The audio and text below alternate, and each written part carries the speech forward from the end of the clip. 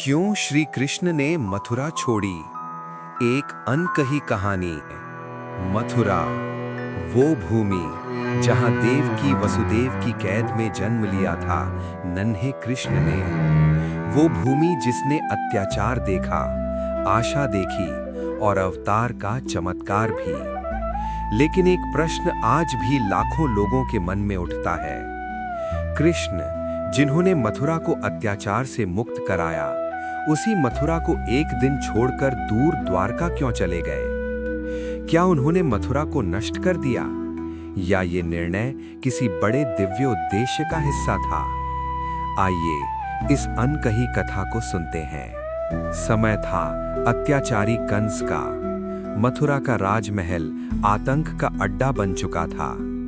कंस को भविष्यवाणी मिली थी कि देवकी का 8वां पुत्र उसे मृत्यु देगा।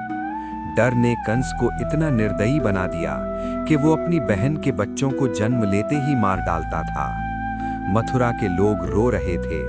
धर्म की रक्षा केवल एक ही कर सकता था, यही वो अवतार जिसे रोकने के लिए कंस तड़प रहा था। फिर वो रात आई। आकाश में बिजली चमकी और पृथ्वी पर अवतार उतरा। जेल की दीवारें प्रकाश से भर उठीं। नवजात कृष्ण को लेकर वसुदेव बारिश और यमुना की धाराओं को चीरते हुए निकल पड़े। गोकुल में कृष्ण सुरक्षित पहुंच गए और यही शुरुआत थी अधर्म के अंत की। कृष्ण बड़े हुए। उनकी लीलाएं फैलते फैलते मथुरा के हर कोने तक पहुंच चुकी थीं। और एक दिन कंस ने स्वयं निमंत्रण भेजा, जिसे वो मृत्यु का बुलावा समझ रहा था। पर वो नहीं जानता था कि मृत्यु नहीं, मुक्ति आने वाली है। अखाड़े में जब कृष्ण उतरे, पूरा मथुरा जैसे रोशनी में नहाने लगा। कुछ ही पलों में अधर्म का सबसे बड़ा प्रतीक कंस भूमि पर गिर चुका था। मथुरा ने पहली बार राहत की सांस ली। अत्याचार का अंत हो चुका था, लेकिन असली चुनौती अभी बाकी थी। कंस की मृत्यु ने छेड़ दिया एक और विशाल युद्ध। कंस का ससुर, मगध का सम्राट जारासंध, इतिहास का एक सबसे शक्तिशाली योद्धा। वो बदले की आग में जल रहा था और उसने किया मथुरा पर एक नहीं, दो नहीं, पूरे 17 बार हमला। हर युद्ध में कृष्ण और बलराम जीतते रहे, पर मथुरा हारने लगी। उसकी प्रजा, उसके घर, उसका भविष्य। जब मथुरा जारासंध के हमलों से थक चुकी थी, तभी एक और तूफान आया। काल यवन, एक विदेशी योद्धा, अहंकारी, क्रूर और हजारों सैनिकों के साथ। उसे वरदान था कि उसे युद्ध में कोई नहीं मार सकता। अब मथुरा दो विशाल शक्तियों से घिर चुकी थी, जारासंध और काल यवन।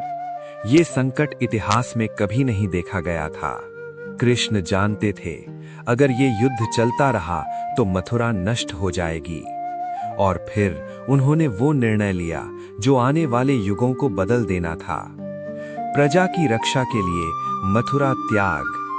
कृष्ण अपनी प्रजा को लेकर रातों रात निकल पड़े। टिमटिमाती मशालों की रोशनी में लाखों कदम मथुरा से दूर जाते गए, एक अनजान भविष्य की ओर। यात्रा के बीच कृष्ण एक बार मुड़कर देखते हैं।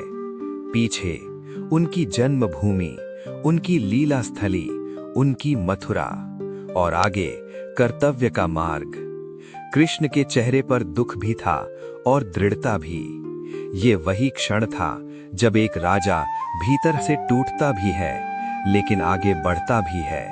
सागर तट पर पहुंचकर कृष्ण ने एक नई दुनिया बसाई, द्वारका। समुद्र से सुरक्षित, दुर्गों से घिरी, समृद्धि से भरी। यहीं से शुरू हुआ एक सभ्यता का नया अध्याय। कृष्ण ने मथुरा को नष्ट नहीं किया, उन्होंने अपनी प्रजा को बचाया और एक नई सभ्यता गढ़ी। संत कहते हैं, मथुरा केवल शहर नहीं थी, वो हमारे भीतर का वो स्थान थी जहां कंस यानी अहंकार राज करता है। कृष्ण पहले उस कंस को मारते हैं, फिर हमारे मन के पुराने भय और दुखों को त्याग देते हैं, और फिर हमारे भीतर बसाते हैं अपनी दिव्य द्वारका। यही है इस कहानी का सबसे बड़ा रहस्य। समय बीत गया, द्वारका फलने फूलने लगी, लेकिन आज भी जब कोई भक्त पूछता है कि कृष्ण ने मथुरा क्यों छोड़ी, तो उत्तर यही मिलता है। कृष्ण कभी विनाश नहीं करते, वे केवल सुरक्षा, पुनर्निर्माण और धर्म की स्थापना करते हैं। जय श्री कृष्ण।